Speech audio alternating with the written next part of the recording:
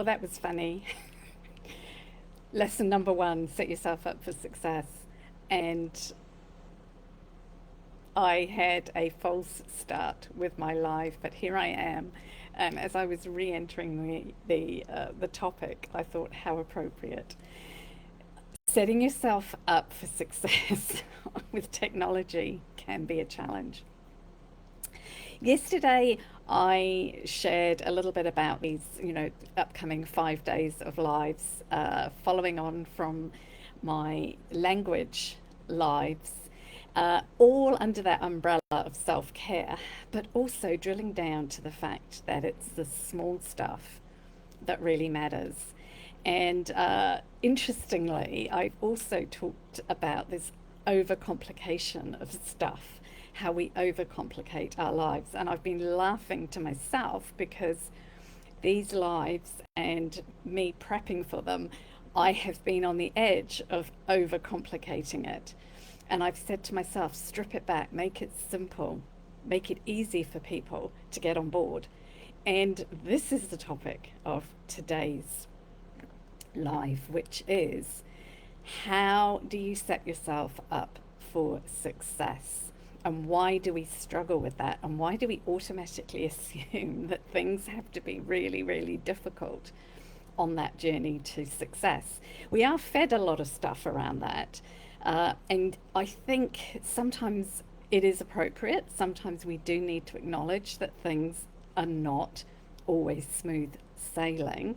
However, depending on where you are at in your journey, it is super, super important to get access to some sort of reinforcement early on. And this is the behavior analyst talking here. And if you don't feel good fairly soon after starting something, starting to learn something, changing something, whatever you're doing, you are going to find it extremely hard to stick at it. And those of you who have listened to me before, this whole thing about willpower, yeah, willpower can take us quite a distance. It's not sustainable. Simply, it doesn't last. And most of us are unable to make the connection between the fact that willpower runs out usually 12 weeks, 6 months, maybe at a pinch. And if you look at all these programs that people do, 12-week challenges or whatever, there's a reason why. Because most of us can commit, most of us can follow through for that period of time, and then the wheels fall off the bus and we're back to square one.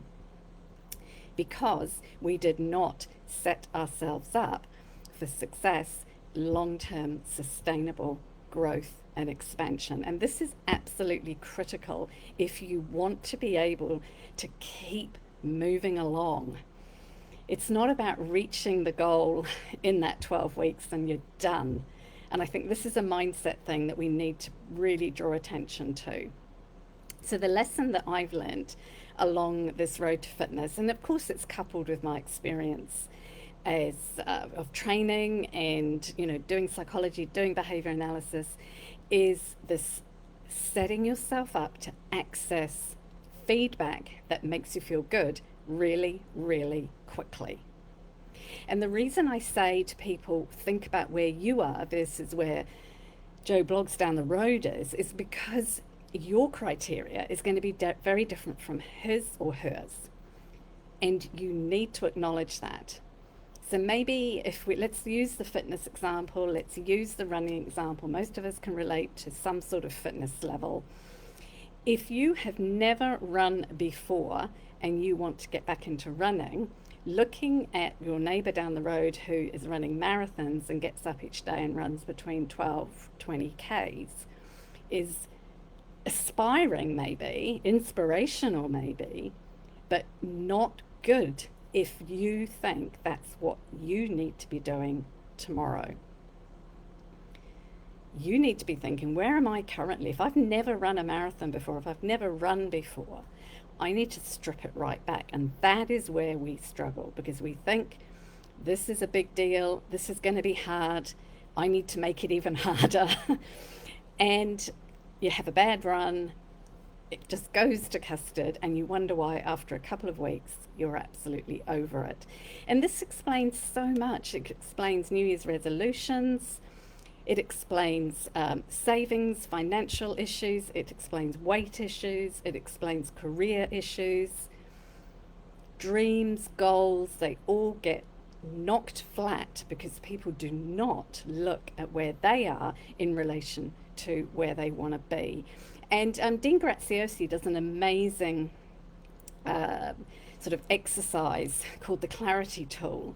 And I've shared this with some of my clients. So, DM me if you want a copy of it, because it's absolutely invaluable. And it gets us to look at where we are, where we're going, and what we need to do to get there. And part of that process is, from a behavior analytic point of view, is setting yourself up from day one to be successful. And this idea of making it easy to do initially is somehow frowned upon. That's like, no, it needs to be hard. And I'm going, no, it needs to be successful. It's not about being easy and hard. It's about how you feel. And this is something that I was drawing attention to yesterday when I talked about confidence. It's how you feel. We know logically, intellectually, we know all this stuff, but we're simply not doing it.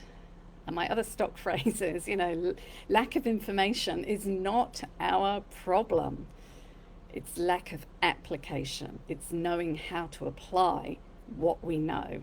And that's where support, where coaching, where whatever comes in. You need a sounding board. You need somebody in your corner structuring it for you, helping you along that journey. And none of us are immune to that. Information overload. Simplify, strip it back, start small, all those words that we don't like to hear. And don't think of it as making it easy. Think of it as making you feel good. What am I going to feel good at? I need to feel good in order to keep going. And that is why breaking it down, having a chart where you tick things off, this is something that if you've been a client of mine, I'm bringing that back into play more and more. Tick off the behavior. I got up, I put my running shoes on, I walked to the letterbox and back, depending upon what your current ability is. Now, the key then, and I've just been jotting some notes down for those of you going, yeah, but, gradually raising the criteria. And this again is where it's invaluable to have somebody to support you, because often people will say, well, after a week of walking to the letterbox, I should be able to run 10Ks, and we're going, well, is that a possibility, or is it actually going to defeat the point of the exercise? You've built up this foundation of a week, extend it gradually. Look at where you are, where you want to go, and what are the small steps towards where you're going. Make it fun. You want to feel good. That doesn't mean you're not going to raise the criteria as you go. So setting yourself up for success is the number one for these lessons that I've learned on my fitness journey. Make it enjoyable, and you're more likely to do it. And then gradually raising the criteria, it never becomes painful. There's going to be elements of tough days. It's going to be hard. But you don't want to be miserable too early, because you will pack it in. And keep thinking about that. I want sustainable change or sustainable growth and expansion. I don't want a quick fix where I can do something for 12 weeks or 6 months and then the wheels fall off the bus. So that's my lesson. That's the take home for today. Try it out. I'd love to get your feedback on it. That setting yourself up for success, what does it look like for you? Where are you going to start? Where do you want to go? And if you want a copy of the Clarity Tool, drop me a DM or send me an email. I'll share my email. And I will see you tomorrow at 11 o'clock, hopefully without any glitches in the matrix. And have a fantastic day. Bye. Bye for now.